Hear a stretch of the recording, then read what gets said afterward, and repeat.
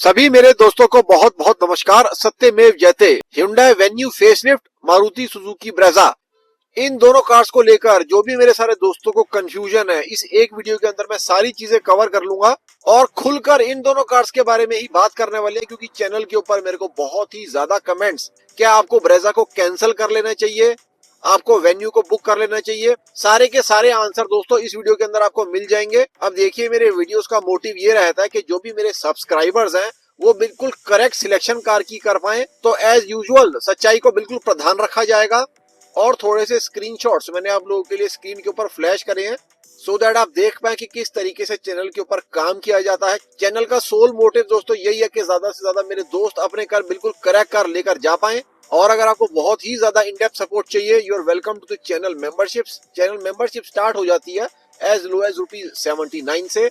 आपके नाम के साथ एक डायमंड बैज भी जुड़ जाता है।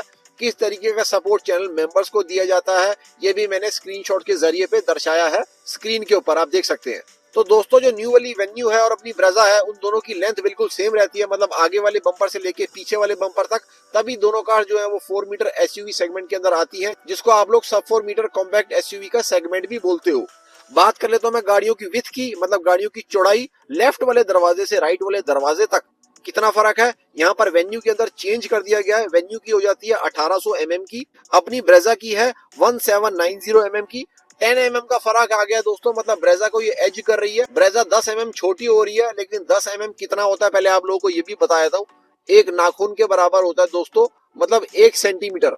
हाइट की अगर मैं बात कर लेता हूँ जमीन से लेके छत तक, ब्रेजा यहाँ पर एज कर जाती है 1685 mm, Hyundai वेन्यू की हो जाती है 1665 mm। साथ में मैं आपको ये भी बता देता हूँ कि 1685 mm जो ब्रेजा की हाइट है वो सेगमेंट बीटर है। इस सेगमेंट के अंदर और किसी भी कार की इतनी हाइट नहीं है। अगर आप सायरस को भी कंसीडर कर लेते हो, उसकी भी 1680 mm की रहती है दोस्तों। व्हील बेसिस की अगर मैं बात कर लेता हूँ, मतलब आगे वाले टायर और पीछे वाले टायर के अंदर कितनी डिस्टेंस है, 2500 mm है मारुति सुजुकी ब्रेजा का, 2520 mm है न्यू वाली वेन्यू का। तो 20 mm से एज कर रही है, मतलब आप कह सकते हो 2 सेंटीमीटर से एज कर रही है न्यू वाली वेन्यू। ग्राउंड क्लियरेंस की अगर मैं बात कर लेता हूँ, 198 mm का आपको ब्रेजा के अंदर मिल जाता है, मतलब जमीन से उठाव कार का कितना है, जो कि ऊबड़ खाबड़ रास्तों के अंदर काफी ज्यादा काम करता है।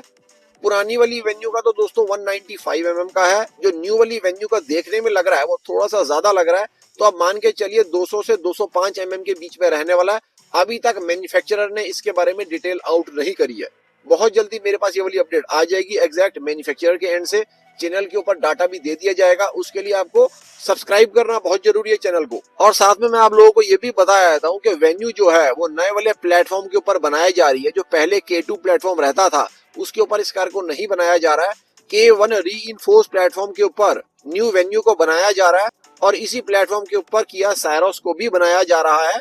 तो फिर इस कार के डायमेंशन को अगर आप लोग देखोगे, साइड से मैं आपको दिखाता हूँ किस टाइप की कार लग रही है। इवन अगर आप फ्रंट से देखोगे, जिस टाइप का कार का हुड लग रहा है, जिस टाइप की फ्रंट अपील लग रही है, यहाँ पर मुझे देखकर ये भी लग रहा है कि ये बहुत ज्यादा पॉसिबिलिटी है कि किया सायरस के ही बॉडी शेल को इन लोगों ने यूज करके वेन्यू की ब्रांडिंग दे दी है। क्योंकि मेरे पास ये भी डाटा अराउंड 2 से 3 महीने पहले आया था कि किया सायरस के बहुत सारे बॉडी शेल आइडल पड़े हुए हैं किया और Hyundai के प्लांट के अंदर। एक बार इस कार का एग्जैक्ट बूट स्पेस आउट कर दिया अगर Hyundai ने, तो मैं आप लोगों को बता पाऊंगा कि क्या ये सायरस का ही बॉडी शेल यूज किया जा रहा है या नहीं यूज किया जा रहा है। और सायरस Hyundai और किया के एंड से आने वाली एक PTV सब 4 मीटर की कॉम्पैक्ट एसयूवी है। दोनों कार्स के दिल की बात कर लेते हैं फटाफट से। आपको मारुति सुजुकी के अंदर 1500 सीसी का dual jet dual VVT engine आ जाता है, अराउंड 136-137 न्यूटन मीटर की टॉर्क जनरेट करके आपको दे देता है। साथ में इसके अंदर आपको 74-75 किलोवाट के आसपास की पावर भी मिल जाती है। 2 इंजेक्टर्स पर सिलेंडर इस इंजन के अंदर यूज किए जाते हैं। साथ में डुअल वेरिएबल वॉल्व टाइमिंग, जिस वजह से कार की माइलेज भी बढ़ जाती है और कार की परफॉर्मेंस भी अच्छी खासी निकल के आती है। साथ में बटरी स्मूथ परफॉर्मेंस आपको कार के अंदर मिलती है।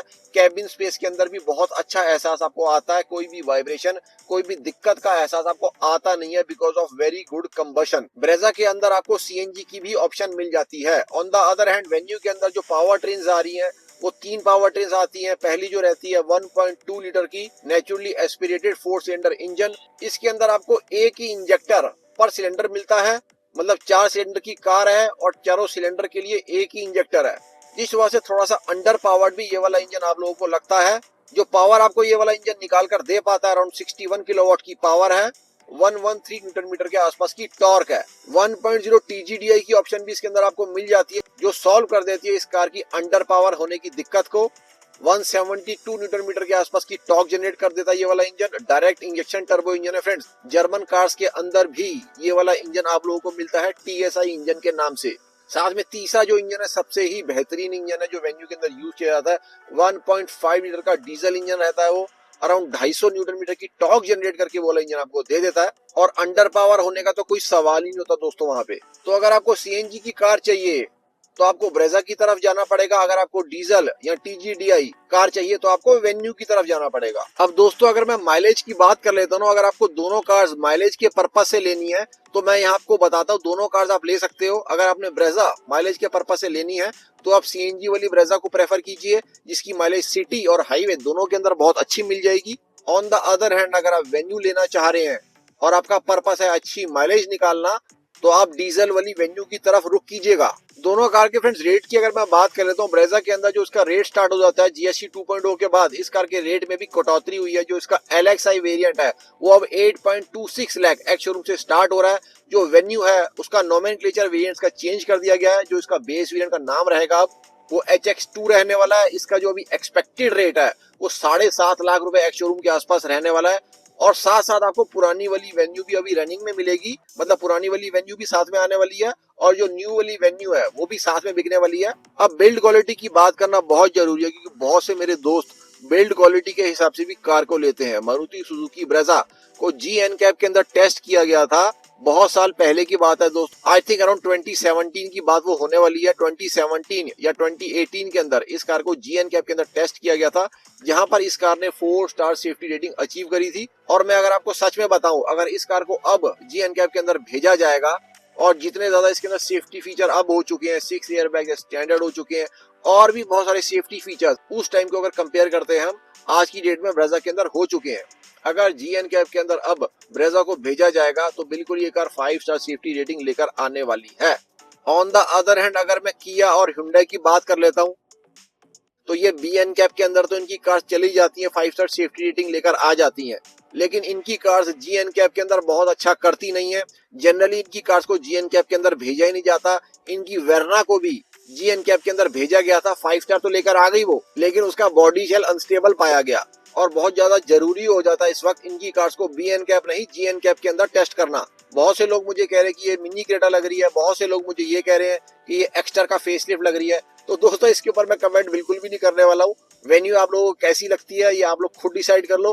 हालांकि एक चीज बिल्कुल क्लैरिफाई हो चुकी है कि कार का जो हुड है वो बहुत ज्यादा अपराइट इन्होंने कर दिया है पहली वाली वेन्यू से, जिस वजह से अगर आप कार के अंदर बैठ के विजन लोगे ना, मतलब व्यू लोगे बाहर का, तो आपको लेफ्ट से राइट साइड का पूरा बोनट बहुत अच्छे से दिखाई देगा और इसे एक तरीके से SUV स्टैंस कहते हैं कार का।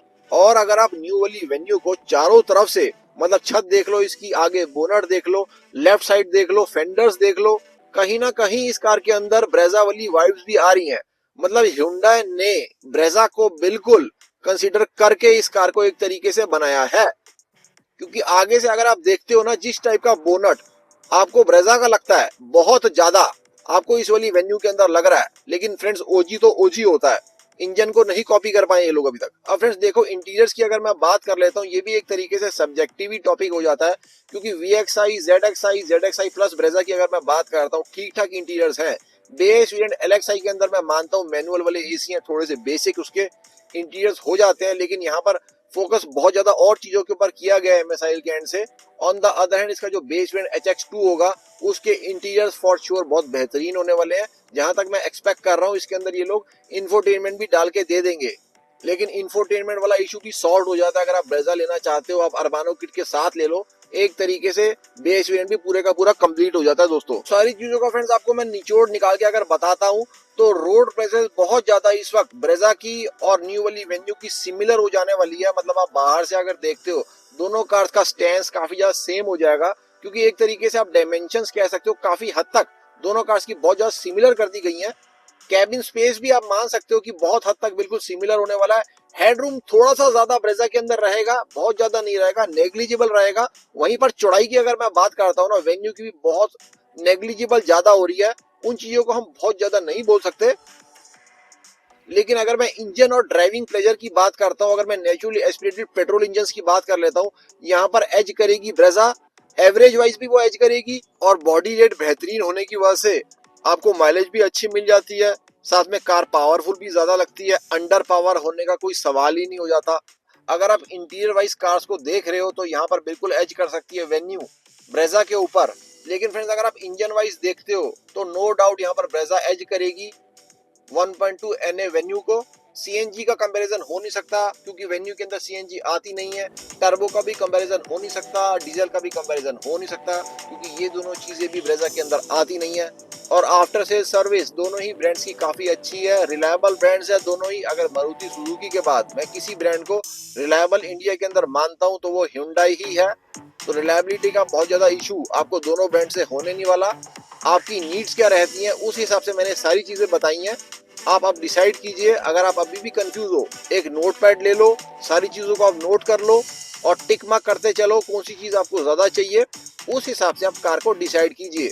चैनल के ऊपर और भी बहुत सारा कंटेंट मिल जाएगा दोस्तों आपको। मारुति, टाटा, हुंडई, महिंद्रा कार्स को लेके सारा जेन्युइन और ऑथेंटिक फ्री कंटेंट रहता है। कल फिर से मिलते हैं मेरे दोस्तों। जय हिंद, जय Bharat and full support to the Indian armed forces.